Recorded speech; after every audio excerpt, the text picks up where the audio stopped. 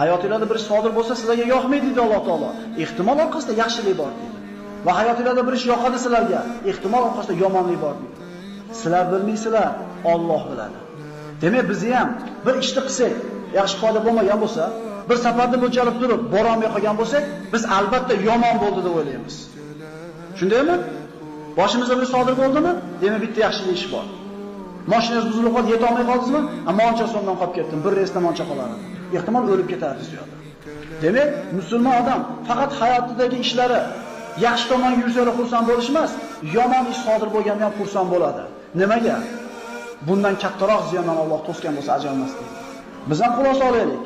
Chiquvdik, ko'zimizga yoqmaydigan bir manzara bo'ldi. Dedik, qopog'imizni sug'urib ketibdi, yo bir aynagimizni sindirib ketibdi. Shuni dardi bilan yurib qoldik bu yoqqa. Ehtimol nariroqqa borsiz, bir odam urib yuboramiz. Demak, hayotingizda sizlarga yoqmaydigan bir ish sodir bo'lsa, ehtimol orqasida nima bo'lishi mumkin? Musulmon doim xotirjam bo'ladi qalbi. Bitta yaxshilik bor bundan orqasida albatta deydi.